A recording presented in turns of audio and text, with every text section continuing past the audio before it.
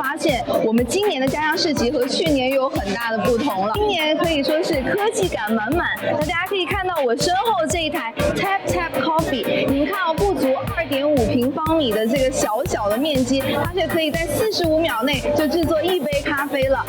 有精品咖啡标准浓度，然后我喜欢标准冰，然后它只有热的 ，OK。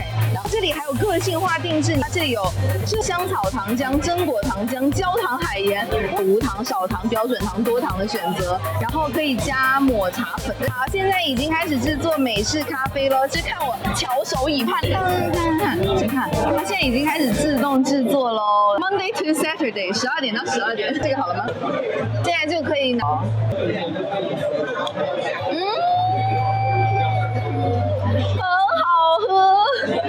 你不跟我说它是机器人做的，我都不会觉得哇，好好喝！我们今年來家鄉市集的朋友們、市民們有福了，大家可以嘗到這種非常美味的咖啡。6月1號到6月5號，維多利亞公園等你嚟。